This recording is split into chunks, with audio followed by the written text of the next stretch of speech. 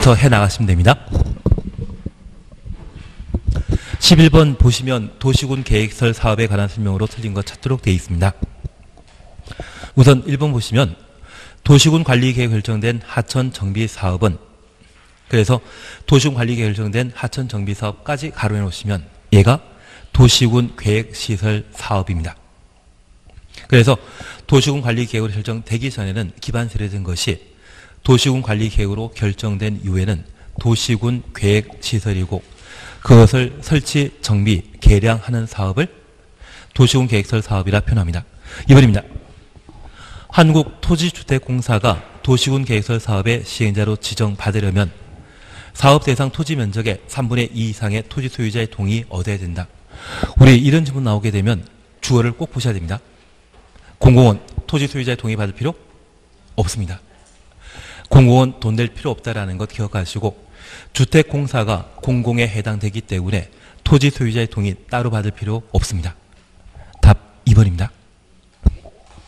나중에 실제 시험 문제 푸시다 보면 지문에 공공이 표시되었을 때 동의 받거나 돈 내라 표현하게 되면 그 지문 자체가 틀린 것으로 판단해 주셔야 됩니다.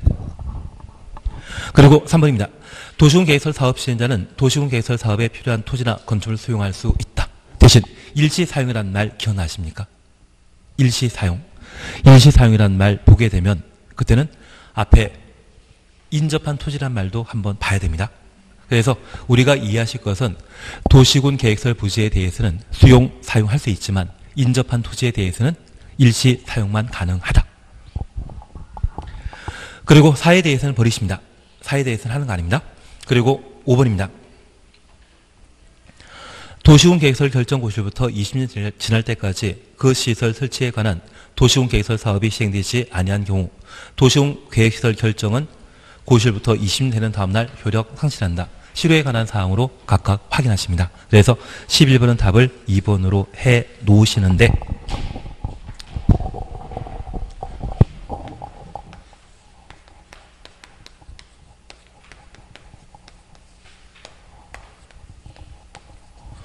우선 도시군 계획설 사업은 도시군 계획설 설치 정비 개량하는 것을 도시군 계획설 사업이라 하고, 도시군 계획 시설은 기반설 중에 도시군 관리 계획으로 결정된 것을 말합니다. 도시군 관리 계획을 결정할 수 있는 기반 시설은 우리 일상생활에 필요한 꼭 필수 시설들을 기반 시설이라 표현하고, 여기 기반설과 관련되어서는 우리가 운삼 기칠이란 말로 대신하셨습니다. 운하, 운전학원, 운동장 세 가지 기반설은 올해 법을 개정해서 폐지되었습니다. 운하, 운전학원, 운동장은 더 이상 기반설이 아니라는 것 확인해 주셔야 됩니다. 그리고 기반설과 관련되어서는 7가지 설군으로 구분하고 있는데 7번이 환경기초시설이라는 것 기억하시고 6번이 보건위생시설이었습니다. 환경기초시설과 관련되어서는 하수, 폐폐, 제비란 말로 각각 살펴줘야 됩니다. 그리고 도시군 계획설 사업과 관련되어서는 도시군 계획설 사업과 그 부지가 도시군 계획설 부지인데 우리 도시군 계획설 부지로 결정 고시되었다면 도시군 계획설 외 건축물과 공작물은 도시군 계획설 부지에 건축하거나 설치할 수 없다. 그리고 두 번째 기억하실 것은 10년간 도시군 계획설 사업이 시행되지 아니한 지목대인 토지의 경우에는 매수 청구할 수 있다는 것 잡아내셔야 됩니다. 그리고 20년간 사업 시행하지 않는다면 20년 되는 다음날 효력 상실한다는 것 보시면서 도시군 계획설 부지와 관련되어 최소 이 두 가지에 대해서는 꼭 정리해 주셔야 됩니다. 실효 해결되셨죠? 그리고 도시군 계획설 부지와 관련되어 10년간 사업 시행하지 아니한 지목대인 토지의 경우는 매수 청구할 수 있다는 것 기억하시고 매수 청구와 관련되어서는 청구권자와 매수 상대방 보시는데 10년간 도시군 계획설 사업 시행이 되지 아니한 지목대인 토지 소유자가 매수 청구할 수 있습니다. 기억나시겠습니까? 하나 질문이 있습니다. 저 10년간 사업 시행하지 않았지만 실시 계획이 인가된 경우에는 매수 청구할 수 있다, 없다? 없습니다. 실시 계획이 인가되었다고 하면 바로 고시하면 그 다음에 토지를 강제 수용하기 때문에 실시 계획 인가된 도시군 계획설 부지의 경우는 10년간 사업 시행하지 않았다 할지라도 매수 청구 대상이 못 된다라는 것 확인해 주셔야 됩니다. 그리고 두 번째, 매수 청구와 관련된 상대방은 특별시장, 광역시장, 시장, 군수가 매수 청구 상대방인데 이미 시행자 결정된 경우에는 시행자에게 법률로 설치 관리 의무자가 정해졌다고 하면 설치 관리 의무자가 매수 청구의 상대방이 된다는 것 확인해 주셔야 됩니다. 그리고 매수 청구와 관련된 절차에 있어서는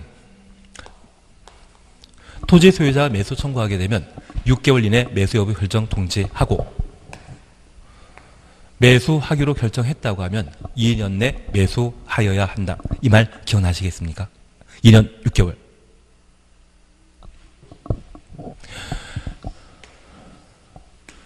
매수 여부를 결정 통지하게 되면 소유자와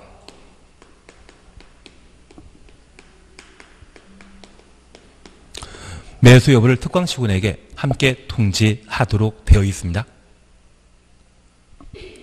표정이 처음 보는 느낌이신데요.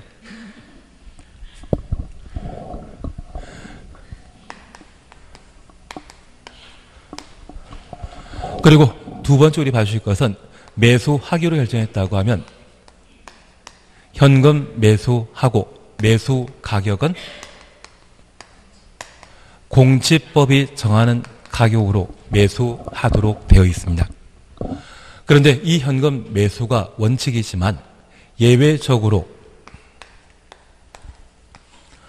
도시군 계획시설 채권을 발행할 수 있는데 저 도시군 계획시설 채권을 발행할 수 있는 자는 지방자치단체로서 토지 소유자가 원하거나 그리고 비업무용 토지, 부재지주의 토지로서 3천만 원까지는 현금 지급하고 초과하는 부분에 대해서만 도시군 계획설 채권을 발행할 수 있습니다. 그리고 이러한 도시군 계획설 채권을 발행하게 되면 이 도시군 계획설 채권은 기본적으로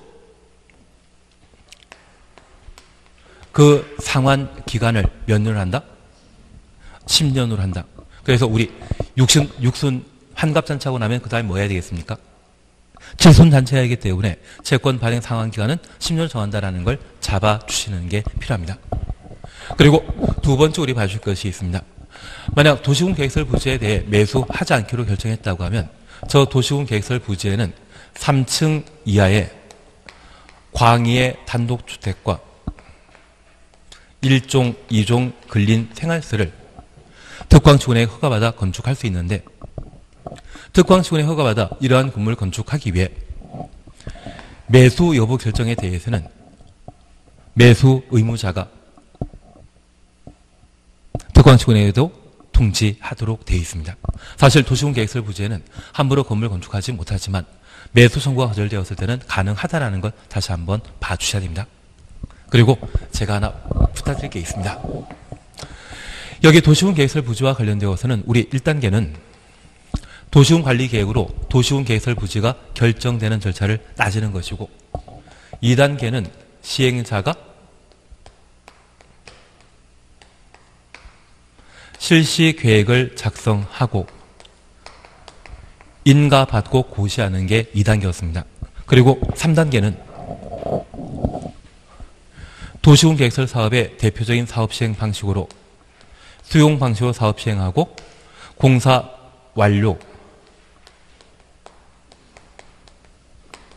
공고하는 절차를 채택하게 되었는데 여기 도시군 계획설 사업 시행자는 항상 특광시군이 사업 시행자이고 예외적인 사업 시행자로서 국토교통부 장관과 도지사 있고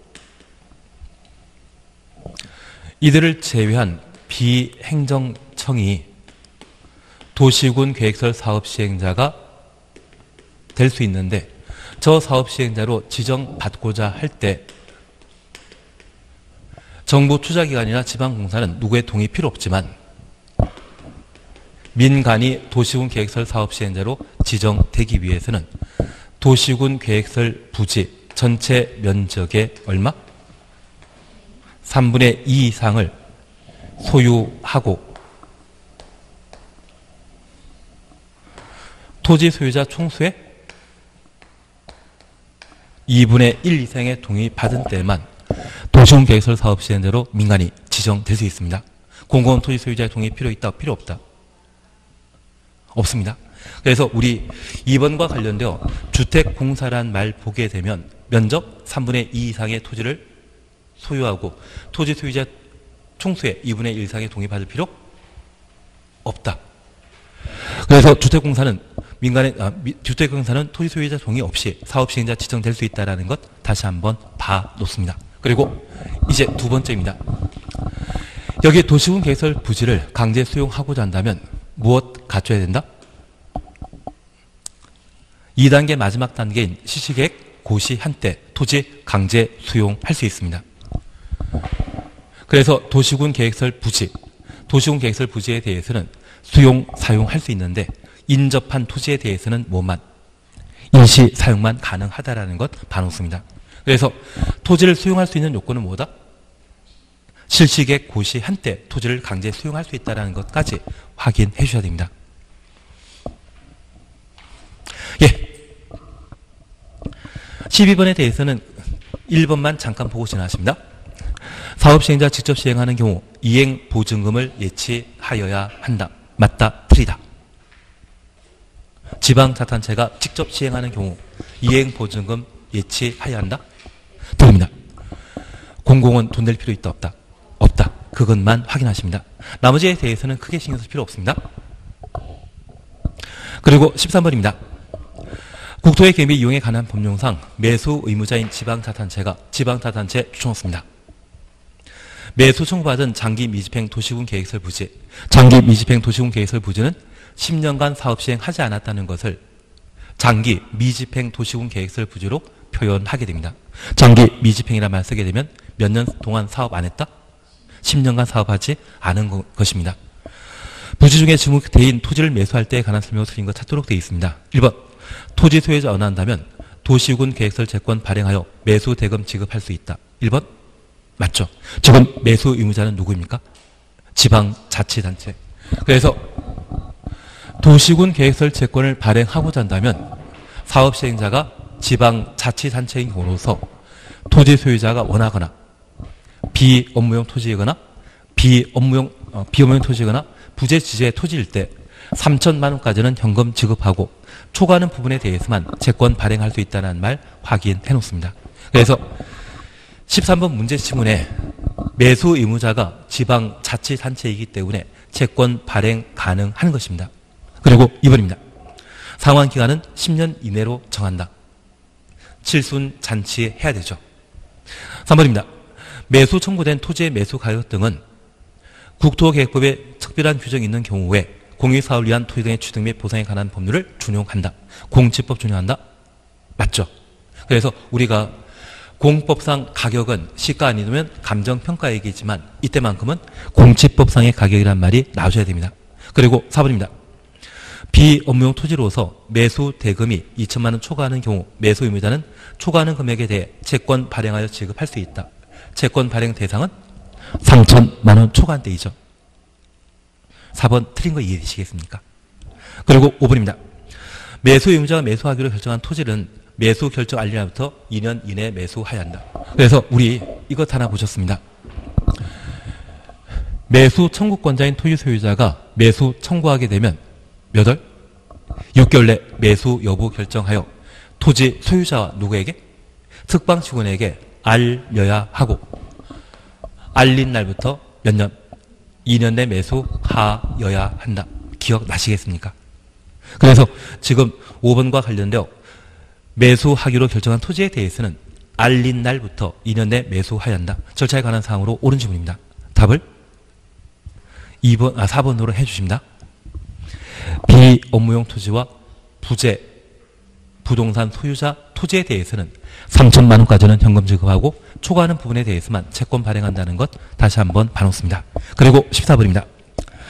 갑소의 토지는 A광역시 B구에 소재한 지목대인 토지로서 한국토지주택공사 주택공사 추천없습니다. 사업시행자라는 도시군 계획설 부지이다. 갑의 토지에 대한 국토계획법령상 도시군 계획설 부지 매수 청구권이 인정되는 경우 다음 설명 중 옳은 것 찾도록 되어 있습니다. 1번입니다. 갑의 토지 매수 의무자는 B구청장이다. 그런데 우리가 하나 이해하실 것이 있습니다. 문제 지문에 사업시행자는 누구이다?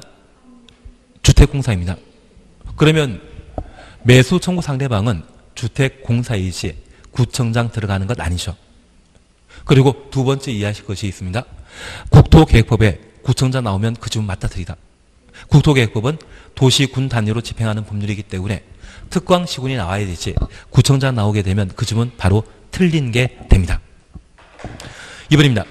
갑이 매수 청구할 수 있는 대상은 토지이며 그 토지에 있는 건축물은 포함되지 않는다. 토지, 건축물 모두가 매수 청구 대상이 되게 됩니다. 그래서 2번도 틀립니다. 땅만 매수 청구하는 것이 아니라 무엇도? 건축물도 함께 매수 청구하도록 되어 있습니다. 그러면 우리 이렇게 잠깐 이해하십니다. 다시 한번 봐주실 것이 있는데 건축물 있는 대지와 나대지가 모두 부동산입니다. 그런데 나대지는 하나의 토지로서 중요한 부동산 가치를 인정받게 되는데 건축물 있는 토지라고 하면 건축물이 중요한 것입니까? 땅이 중요한 것입니까? 건축물이 중요합니다. 그래서 건축물 있는 대지에 대해 매수 청구하게 되면 땅만 매수 청구하고 건축물을 포함하지 않는다. 말도 안 됩니다. 주종관계에 있어서 주물은 무엇이다? 건축물. 그래서 매수 청구와 관련되어서는 토지만 매수 청구하는 것이 아니라 무엇도 건축물도 함께 포함하게 됩니다. 이해되시겠습니까? 그래서 지금처럼 땅에 대해서만 매수 청구하고 건축물은 포함되지 않는다. 이 말 나오게 되면 틀린 지문입니다. 땅이 중요한 것입니까? 건물이 중요한 것입니까? 예, 건물이 더 중요하다라고 해주셔야 됩니다. 3번입니다. 갑이 원하는 경우 매수 의무자는 도시군 계획설 채권 발행하여 대금 지급할 수 있다. 그런데 우리가 시험 지문의 전제 조건이 한국토지주택공사가 사업시행자입니다. 도시군 계획설 채권 발행할 수 있는 자는 지방자치단체이지 주택공사 발행할 수 있는 것 아니거든요. 그래서 3번 틀린 정답으로 틀린 지문이 됩니다. 그리고 4번입니다. 매수 의무자는 매수 청구받은 날부터 6개월 이내 매수 결정하여 A와 B, 갑과 A 광역시장에게 알려야 한다. 우리가 이 말 기억하셔야 됩니다. 매수 청구받은 매수 의무자는 6개월 이내 매수 여부 결정하여 토지 소유자와 특광시군에게 통지해야 한다. 그래서 4번이 옳은 지문이 됩니다. 지금 59페이지 보시고 계시면 됩니다. 59페이지입니다. 그리고 5번입니다. 매수 청구에 대해 매수 의무자가 매수하지 아니하기로 결정한 경우 갑은 자기 토지에 2층에 다세택 건축할 수 있다. 그런데 우리 이것 하나 보셨습니다. 매수 청구가 거절당하게 되면 3층 이하의 단독택을 건축할 수 있는데 이 3층 이하의 단독택은 광의 단독택으로서 단독택은 총 4가지 있었습니다. 협의 단독택과 다중주택, 다세대주택입니까? 다가구택입니까? 다가구택. 다세대주택은 공동주택이거든요.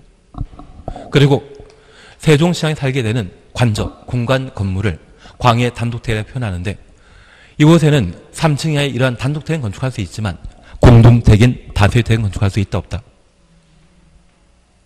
2층짜리가 문제가 되는 것이 아니라 뒤에 나오는 다세대 주택은 단독주택이다, 공동택이다. 공동주택입니다. 공동택은 여기에 만들지 못하거든요. 그래서 5번 지문이 틀립니다. 근데 제가 보장 드릴 게 있는데 올해도 매수 청구 나옵니다. 올해도 매수 청구 나옵니다. 그리고 올해 시험에 나오게 된다고 하면 매수 청구와 관계된 도시군 계획설 채권을 아주 많이 보셔야 됩니다. 지금 도시군 계획설 채권 본 적 있지 않으십니까? 이게 포인트가 될 것이고 매수 청구 자체가 워낙 자주 매년 시험에 나오기 때문에 얘는 잘 봐주셔야 됩니다. 15번 다시 한번 보십니다. 계속 매수 청구입니다. 매수 의무자인 지방자치단체가 매수 청구 받은 장기 밀집행 토지군 계획서를 부충해 지목대인 토지를 매수할 때에 관한 설명으로 옳은 것 찾도록 되어 있습니다. 매수 의무자 뒤에 지방자치단체 동일해 놓습니다. 매수 의무자는 누구이다? 지자체라는 것 확인해 놓습니다. 1번입니다. 토지 소유자가 원하는 경우 매수 의무자는 도시군 계획서를 채권 발행하여 대금 지급할 수 있다. 1번 맞습니다. 그래서 1번이 정답이 되게 됩니다. 2번입니다. 매수 청구받은 토지가 비업무용 토지인 경우 그 대금 전부에 대해 채권 발행할 지급할 수 있다. 비업무용 토지, 부재 부동산 소유자 토지인 경우는 3천만 원까지는 현금 지급해야 되죠. 채권은 초과하는 부분에 대해서만 발행할 수 있다는 것 다시 살펴놓습니다. 3번입니다. 매수 의무자는 매수 청구받은 날부터 2년 이내 매수를 결정하여 토지 소유자에 알려야 된다. 6개월. 알린 날부터 2년 내 매수하도록 되어 있습니다. 그리고 4번입니다. 도시군 개설 채권 상환기간은 10년 이상 20년 이내로 한다. 10년 이내로 하는 겁니다. 그리고 5번. 매수 청구된 토지의 매수 가격은 공시가란다. 공시법이 정하는 가격. 그래서 답을 1번으로 해놓습니다. 그리고 16번은 한번 풀어주십시오. 지금 실력이면 충분하실 겁니다. 17번 찾으셨죠? 도시군 개설 채권에 관한 설명으로 옳은 것 찾도록 되어 있습니다. 1번입니다. 도시개발구역이 200만 제곱미터 초과하는 경우 해당 구역에 개발사업 시행하는 자는 공동구 설치해야 한다. 200만 제곱미터 초과 가로 해놓습니다. 공동구는 우리 세종시에 만들어져 있는 지하 터널을 말하거든요. 200만 초과 시에 설치하여야 합니다. 1번 맞습니다. 아마 올해 1번과 관련된 지문이 시험에 나오게 될 겁니다. 나오면. 근데 이 공동구는 28회, 29회 연속해서 2년 시험에 나왔기 때문에 30회 때는 아마 건너뛰지 않을까 싶습니다. 그리고 2번입니다. 공동관리자는 10년마다 해당 공동구의 안전 및 유지 관리 계획을 수립 시행해야 한다. 안전 및 유지 관리 계획의 계획 기간은 5년입니다. 그래서 2번 드립니다. 3번입니다. 도시군 개설 부지 매수 청구 시에 매수 의무자가 매수하지 아니하기로 결정한 날부터 1년 경과하면 토지 소유자는 해당 용도 지역에서 허용되는 건축물을 건축할 수 있다.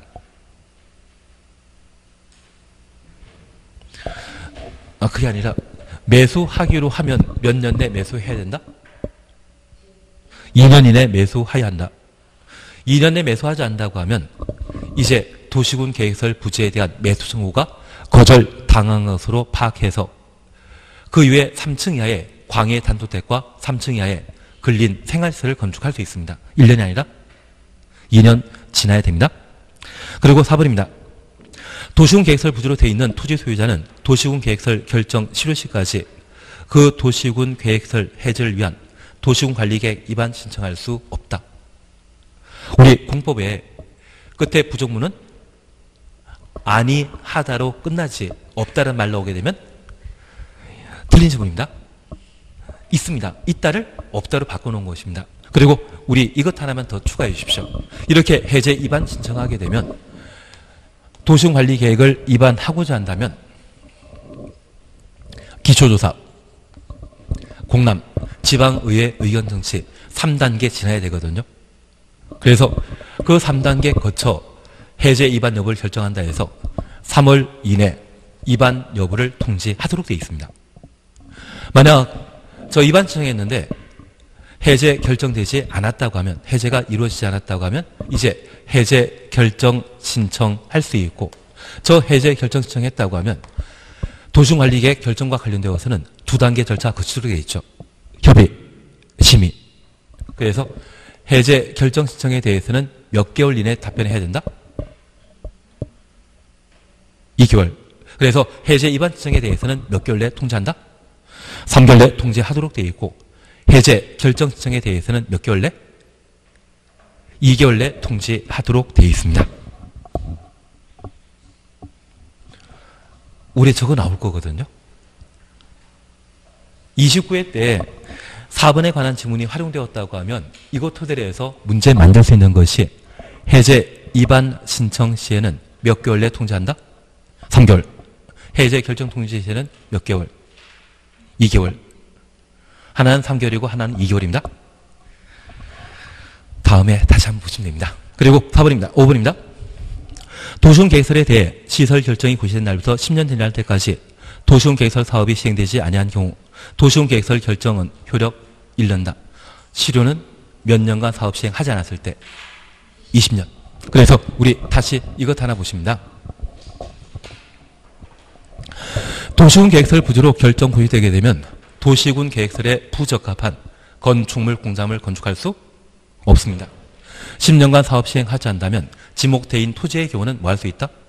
매수 청구할 수 있다는 거 기억하시고 20년간 사업 시행하지 않는다면 2심 되는 다음날 효력 상실한다는 것 확인하셔야 됩니다.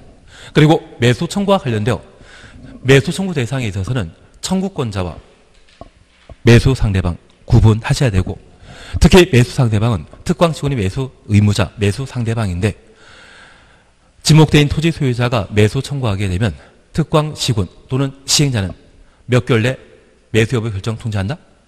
6개월. 소유자에게만 통지하는 것입니까? 특광시군에도 알리는 겁니까? 특광시군에도 알리도록 되어 있습니다. 매수하기로 결정했다면 몇 년? 2년 내 매수하여야 한다. 그런데 매수 안 해주면 3층 이하의 광해 단독주택과 3층 이하의 1종, 2종 근린 생활세를 건축할 수 있습니다. 매수하기로 하면 원래 무엇으로? 현금 매수해야 되는데 매수 가격은 공시법이 정하는 가격입니다. 다만 매수 의무자가 지방자치단체의 경우는 도시군 계획설 채권을 발행할 수 있습니다. 하나 질문이 있습니다. 매수 의무자가 국토교통부 장관이면 도시군 계획설 채권 발행할 수 있다? 채권은 지방채입니다. 지방자치단체만 발행할 수 있다는 것 확인하시고 토지 소유자가 원하거나 비업무용 토지라고 하면 채권 발행할 수 있는데 첫 번째는 전액 채권 발행할 수 있고 두 번째 경우는 3천만 원까지는 현금 지급하고 초과하는 부분에 대해서만 채권 발행할 수 있다는 것 확인해 놓습니다. 채권의 상환기간은 몇 년이다? 10년이다. 저기까지는 꼭 해주셔야 됩니다. 예, 63페이지에 지구단위 계획구역과 지구단위 계획입니다. 이쪽은 우리 시험에 하나 나오거든요.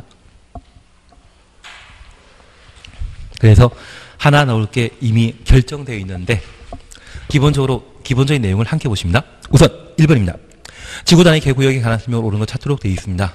1번 주택법에 따라 대지 조성 사업 지구로 지정된 지역 전부에 대해 지구단위 계획구역 지정할 수 없다.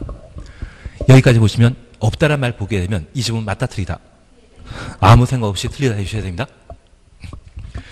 그러면 우리가 이해하실 것은 지구단위 계획은 개발 사업이 예정된 곳이라면 좀 더 합리적으로 효과적으로 개발 사업하기 위해 지구단위 계획구역을 지정할 수 있습니다. 그래서 대지 조성 사업 지구가 개발 용도라는 것 이해하시고 지구단위 계획구역으로 지정할 수 있는 겁니다. 2번입니다. 지구단위 계획구역 결정은 도시군 관리 계획으로 하여하나 지구단위 계획 결정은 그러하지 아니하다. 지구단위 계획도 도시군 관리 계획의 결정 대상입니다. 그래서 2번 틀립니다. 3번입니다. 지구단위 계획구역은 도시지역 아니더라도 지정될 수 있다.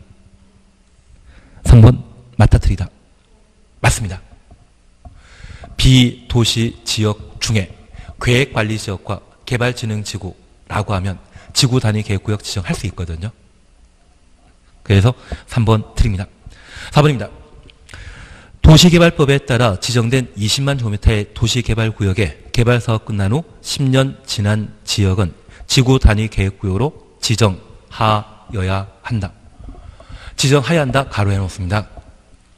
우리 정택 10년이란 말과 시공록 30만이란 말 기억나십니까? 그때만 필수적 지정 대상이고 도시개발 사업은 정택 10년, 시공록 30만에 해당되는 거 아니죠. 그래서 우리 이것 하나 보신 바 있습니다. 나중에 우리 한 장짜리 잘 봐주셔야 됩니다.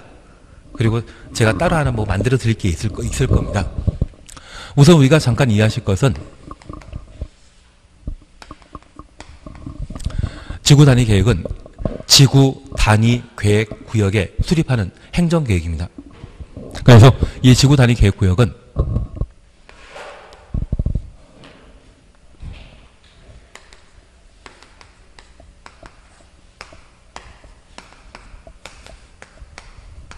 도시역과 비도시역을 대상으로 지구 단위 계획 구역 지정할 수 있습니다. 그리고 이 지구 단위 계획 구역은 무엇 만드는 제도입니까? 아파트 만드는 제도가 지구 단위 계획입니다. 그래서 비도시역의 경우에는 계획관리 지역이거나 개발진흥지구, 그리고 최근 개정에서 신설한 폐지되는 용도지구의 행위 제한을 지구 단위 계획으로 대체하는 경우라면 비도시 지역도 지구 단위 계획구로 지정할 수 있습니다. 우리가 항상 기억하실 것, 비도시지역 중에 지구 단위 계획구로 지정될 수 있는 용도지역은 무엇이다? 계획관리지역이라는 말을 꼭 기억해 주십시오. 반면에 도시지역은 지구 단위 계획구역으로 지정할 수 있는 것과 지정하여야 하는 경우가 있는데, 지정하여야 하는 것은 정택 10년. 그래서 정은 개발사업이겠습니까? 정비사업이겠습니까? 정비사업. 택은 택지개발사업이거든요. 저 정비사업과 택지개발사업이 완료되고 몇 년? 10년 경과되면 지구 단위 계획구로 지정하여야 한다.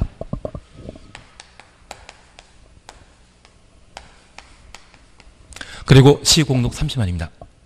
시는 시가조정구역, 공원, 공원. 저 시가조정구역과 공원이 해제되어 주상공으로 바뀌거나 녹지지역이 주거지역, 상업지역, 공업지역으로 변경되었는데 그 단위 면적이 30만 제곱미터 이상의 경우는 지구 단위 계획구로 지정하여야 한다. 강행 규정 나와야 됩니다. 그래서 아마 올해 시험에 내게 되면 지구 단위 계획구역 지정할 대상을 시험에 내게 될 겁니다. 최소 정택 10년이라는 말 기억해 주셔야 됩니다. 시공 30만 기억해 주시고, 비도시지역 중에 지구 단위 계획구역이 될 수 있는 곳은 어디? 계획관리지역. 하여튼 비도시지역 나오게 되면 계획관리지역이 지구 단위 계획구역을 지정할 수 있는 대표적인 장소라고 기억해 놓습니다. 그리고 두 번째입니다. 저 지구 단위 계획구역을 지정하고자 한다면 그 지정 절차는 도시군 관리 계획으로 결정하게 되는데, 현재 지구 단위 계획만큼은 지정 군수도 결정할 수 있죠. 지구 단위 계획을 제외한 도시군 관리의 결정은 국토교통장관, 지도이사, 대도시장이지만 지구 단위 계획만큼은 지방 분권이 강화되어 시장 군수도 결정할 수 있다. 이런 도시군 관리 계획으로 지구 단위 계획 구역을 지정할 수 있는 겁니다. 그리고 저 지구 단위 계획 구역이 지정되게 되면 몇 년 내 지구 단위 계획을 도시군 관리 계획으로 결정해야 된다? 3년. 그리고 우리 이 말 기억나십니다?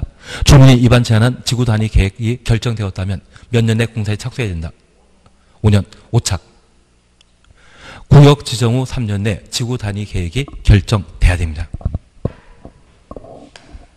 그리고 지구 단위 계획은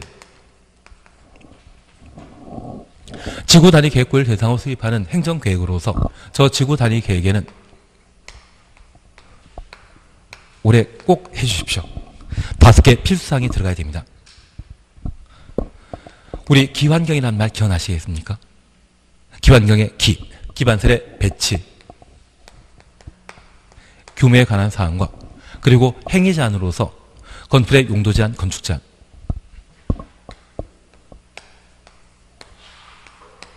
그리고 건폐율, 용적률, 높이의 최저한도와 최고한도를 지구 단위 계획으로 결정하여야 한다.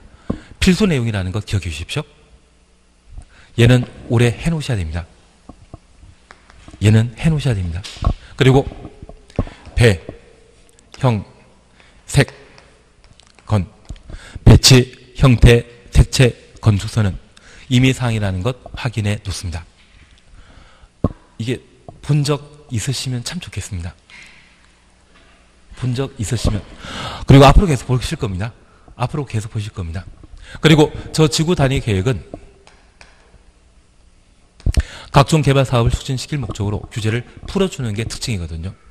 그 규제 완화와 관련되어서는 작년에 시험에 나왔는데 100%와 120%, 150%, 200%가 있습니다. 아마 얘는 다시 한번 시험에 낼 수 있는 여지가 있기 때문에 얘를 꼭 잘 봐주셔야 됩니다. 그래서 우리 약속하시길 주차장 설치 기준에 대해서는 100% 완화 가능하고 높이 제한은 120% 가능하며 건폐율은 150, 용적률은 200%까지 완화 가능하다. 그래서 얘를 좀 정리하시는 게 작년에 이어 추진할 수 있는 내용이 될 수 있을 겁니다. 힘드신 건 저도 알고 있습니다. 그 중에 우리 4번 개발 사업이 아니라 정비 사업. 정택 10년이라는 말 기억나셔야 됩니다. 개발 사업이 아니라 정비 사업. 그리고 5번입니다. 도시 지역 내 지정되는 지구 단위 계획 구역에 대해 해당 지역에 적용되는 건폐율 200% 이내에 건폐율 완화에 적용할 수 있다. 건폐율 나오면 얼마? 150. 용적률 나오면 얼마? 200. 그래서 5번은 200%가 아니라 150%. 그래서 1번은 답을 3번에 놓습니다.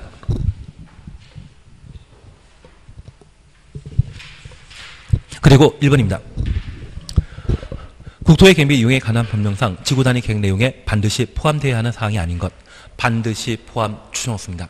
이것 필수 사항 아닌 것 찾으라는 것이죠. 그래서 필수사항은 무엇이다? 기반설의 배치 규모, 건축 제한, 건폐율, 용적률, 높이 제한.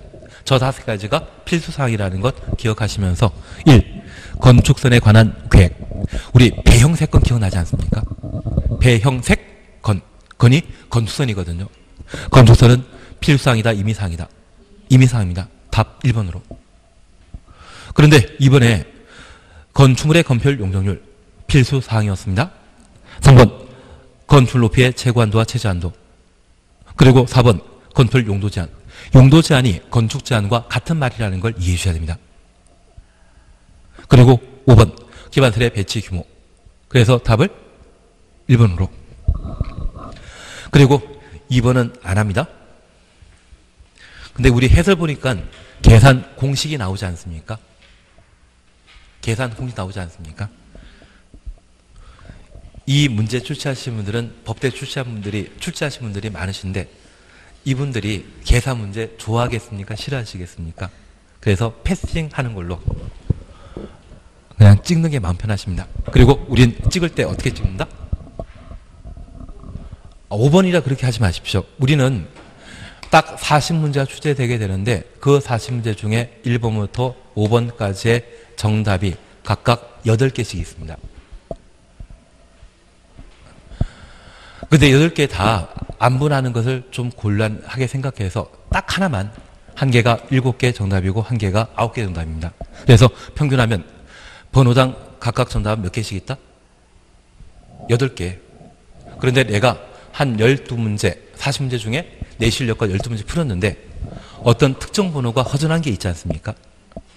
그러면 정답 개수를 계산하고 나머지는 다 하나로 내려버리시는 겁니다. 그러시면 시간 많으십니다. 그러시면 이게 한 50점이 나옵니다. 12개가 내가 실력과 풀고 나면 나머지 8문제 정도는 잘 찍은 걸로 해서 문제 맞추시거든요. 마음에 들어하는 표정을 원하시지만 그렇게 하시는 게 유리하십니다. 그래서 이 계산 문제 나오면 그냥 제끼자. 그게 결론입니다. 그리고 3번입니다. 3번에 대해서는 한번 풀어주십시오. 주차장과 관련되어서는 100, 120, 150, 100, 200 중에 어디에 속하겠습니까? 주차장 100. 그리고 4번입니다. 지구 단위 계획 하나 설명으로 틀린 거 찾도록 되어 있는데 얘는 보는 거 아닙니다. 얘는 볼 필요 없습니다. 그리고 옆에 페이지에 5번 제끼입니다.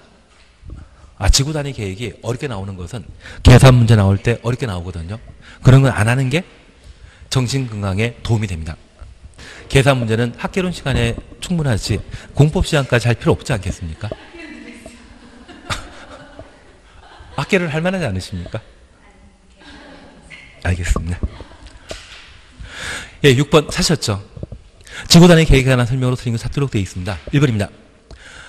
관광 특구에 대해 지구 단위 계획구역 지정할 수 있다. 정택 10년, 시공은 30만의 경우는 지정하였나? 그에 속하지 않다면 지정할 수 있다. 이해되시겠습니까? 그리고 2번입니다. 도시적 외 지역도 지구 단위 계획구역으로 지정할 수 있다. 계획관리죠. 계획관리적 지정 가능하던데요. 3번입니다.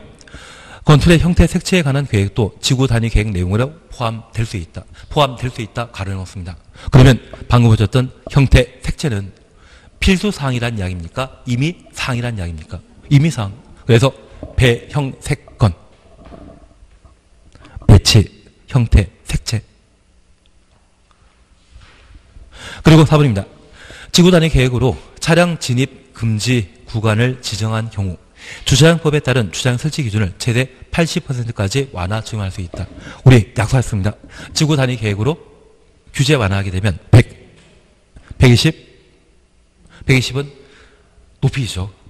150은 건폐율, 용적률은 200. 그래서 주차장 이야기 나오면 100이 나와야 되지 80%가 말 나오게 되면 그 집은 자체가 틀린 겁니다. 그리고 5번입니다. 주민은 시장 군수에게 지구 단위 계획구역 지정에 관한 사항에 대해 도시군관리계획 위반 제한할 수 있다. 제한 동그라미 해놓으시면 앞으로 우리 세종시에 만들어질 대학 이름은 기지산대. 기시, 지구 단위 계획 위반 제한 대상이죠. 그리고 하나 질문이 있습니다. 위반 제한하고자 한다면 토지 소유자 동의 받아야 되거든요. 기반설은 면적 5분의 4. 지산대는 면적 3분의 2. 그래서 지산대에 해당되게 되면 면적 3분의 2 이상의 토지 소유자 동의받아 지산대 위반 제한할 수 있죠. 예, 그래서 6번 그런 차원에서 한번 봐주십니다. 그리고 7번입니다. 지구 단위 계획 및 지구 단위 계획 구역에 관한 설명을 쓰인 것 찾도록 되어 있습니다. 1. 주민은 도시군관리계획 위반권자에게 지구 단위 계획 변경에 관한 도시군관리계획 위반 제한할 수 있다. 위반 제한은 기지산대라 했습니다. 1번 맞죠? 2번입니다. 개발제한구역 해제되는 구역 중에 계획적 개발 관리가 필요한 지역은 지구 단위 계획구역으로 지정될 수 있다. 해제라고 하면 규제가 풀리기 때문에 지구 단위 계획구역 지정 대상인 개발 용지가 되게 될 겁니다. 2번 맞습니다. 3번입니다. 시장 군수가 위반한 지구 단위 계획의 수립 변경에 관한 도시군 관리 계획은 시장 군수가 직접 결정한다. 시장 군수도 지구 단위 계획에 있어서는 결정권자이죠. 그리고 4번입니다. 지구 단위 계획 수립 기준은 시도의사가 국토교통부 장관과 협의하여 정한다. 기준 하면 누가 결정하는 겁니까? 국토교통부 장관. 그래서 시도지사가 국토교통부 장관과 협의하여 정한다면 시도지사가 결정한다. 그 의미거든요. 그래서 4번 지문 드립니다. 그리고 5번입니다. 도시역의 지역으로서 용도지구 폐지하고 용도지구의 행위 제한 등을 지구 단위 계획으로 대체하려는 지역은 지구 단위 계획구로 지정할 수 있다. 그냥 맞는 이야기로. 그래서 지금 7번 같은 경우는 답을 4번으로. 기준은 항상 누가 결정하는 겁니까? 국토교통부 장관이. 8번입니다. 도시지역에 가로 해놓습니다. 지구 단위 계획구역에서 지구 단위 계획에 의한 건폐율 등의 완화 규정에 관한 설명으로 틀린 것 찾도록 되어 있습니다. 1. 당해 용도지역 또는 개발진흥지구에 적용되는 건폐율 150% 범위 내 완화 적용할 수 있다. 건폐율은 150. 2번입니다. 당해 용도지역 또는 개발진흥지구에 적용되는 용적률 200% 이내 용적률 완화 적용할 수 있다. 맞습니다. 그리고 3번입니다. 당해 용도지역에 적용되는 건폐율 높이 동그라미 놓습니다. 120% 이내 높이 제한 완화 적용할 수 있다. 틀립니다. 우리가 하나 이해하실 것은 현재 지구 단위 계획은 지구 단위 계획 구역이 도시 지역과 비도시 지역에 각각 지정될 수 있거든요. 그래서 이 도시지역은 비도시지역과 비교하게 되었을 때 복잡한 동네이다, 조용하다. 도시지역은 복잡합니다. 그래서 이 복잡한 곳에는 지구 단위 계획 결정되었을 때 주차장과 높이 제한, 건폐율, 용적률, 지구 단위 계획에 따라 완화할 수 있습니다. 그런데 이 비도시 지역은 동네 조용한 곳이거든요. 이 조용한 곳에 주차장 문제 때문에 싸울 일이 또 없다. 그래서 이 주차장은 도시 지역에 지정된 지구 단위 계획 구역에만 완화되는 것이지 주차장 문제에 야기되지 않는 시골 지역의 경우는 주차장에 관한 문제가 적용되지 않습니다. 건물 높이 제한도 복잡한 동네인 도시 지역에만 적용되는 것이고 시골 지역에는 적용된다 안 된다? 안 됩니다. 하나 이해하실 것이 있습니다. 기존 건물 높이를 완화하게 되었을 때 10층짜리 건물 건축하게 되면 도시 지역에 지정된 지구 단위 계획 구역의 경우는 저 10층짜리를 몇 층까지? 12층까지 완화할 수 있습니다. 그런데 무제한 완화시키는 것이 아니라 몇 층까지만? 12층까지만. 그런데 우리 세종시에 거주하다 보면 세종시의 건설 지역과 외곽 지역의 차이를 보실 수 있는데 우리 세종시에 만들어진 아파트는 지금 우리가 있는 학원 기준으로 할 때 병풍처럼 둘러싸여 있지 않습니까? 병풍 같아 보이지 않습니까? 그러면 저 아파트 뒤편에 산이나 구릉제, 자연 경관을 쉽게 볼 수 있다 없다? 못 봅니다. 대신 시골 지역의 경우는 다 허허벌판인데 아파트가 30층짜리 만들게 되면 이것 때문에 주변 자연 경관의 조망권이 가린다. 이런 이야기 안 합니다. 왜냐하면 이 건물 피해 사람이 이쪽이나 이쪽으로 건물 뒤편 바라보다 보면 자연 전경을 관람할 수 있거든요. 시골 지역에는 이런 아파트가 많이 만들어진다? 많이 안 만들어진다? 안 만들어집니다. 안 만들어지기 때문에 비도시 지역에 적용되는 지구 단위 계획 구역의 경우는 건폐율과 용적률에 관한 제한만 할 뿐 주차장, 건물 높이 제한을 적용하지 않습니다. 표정은 전혀 모르는 표정인데 결론은 우리 3번 보실 때 8번 문제 지문에 도시지역 외 지구 단위 계획구역이라는 말 찾으셨죠? 도시지역 외 지구 단위 계획구역 이걸 줄쳐 놓으시고 도시지역 외 지구 단위 계획구역의 경우는 뭐만 건폐율과 용적률에 대해서만 완화시켜 주시지 주차장과 건물 높이 제한에 대해서는 완화 대상 아닙니다. 예, 그리고 4번 그냥 보십니다. 계획관리 시행된 지구 단위 계획구역 내 개발진행지구 내 지구 단위 계획구역에는 건축물의 용도, 종류, 규모 등을 완화 적용할 수 있다. 지구 단위 계획의 목적이 완화이거든요. 그래서 4번 당연히 맞는 것으로 봐놓습니다. 그리고 5번입니다. 계획관리지역 외, 계획관리지역 동그라미 놓습니다. 지역에서 지정된 개발진행지구 내 지구 단위 계획구역에서는 아파트 및 연립택 허용되지 아니한다. 제가 하나 부탁드리겠습니다. 앞으로 지구 단위 계획구역으로 비도시 지역에 아파트 건축한다고 하면 계획관리 지역에서만 건축할 수 있다 해주십시오. 비도시 지역 중에 아파트 건축할 수 있는 용도 지역은 어디다? 계획관리 지역. 원래는 아파트는 계획관리 지역, 관농자에는 건축할 수 없는데 이 계획관리 지역이 지구 단위 계획구역으로 지정된 때는 아파트 개발 가능하거든요. 그 중에 아파트 개발할 수 있는 용도 지역은 어디만? 계획관리 지역만. 그러면 계획관리 지역 외 지역에는 아파트 건축할 수 있다 없다? 없다. 아마 올해 5번과 관련된 내용 시험에 나오게 될 거거든요. 나중에 제가 다시 한번 설명드리게 될 테지만 지금 8번 작년 기출문제와 관련되어서는 두 가지 관점을 꼭 봐주셔야 됩니다. 첫 번째는 도시지역에 지구 단위 계획구역이 지정되게 되면 주차장, 높이 제한, 건폐율, 용적률 이 네 가지 모두를 완화 적용하지만 비도시 지역이 지구 단위 계획 구역이 지정되게 되면 무엇만? 건폐율과 용적률에 대해서만 완화한다. 그리고 이제 다시 하나 부탁드리겠습니다. 비도시 지역이 지구 단위 계획구로 지정되었을 때 아파트 건축할 수 있는 용도 지역은 어디만? 계획관리 지역만. 그래서 계획관리 지역 하면 뭐 만들 수 있다? 아파트 만들 수 있다. 그 두 가지만 오늘 결론 내려주시면 내년 시험 나올 거 여기거든요. 예, 그리고 쉬었다 하십니다.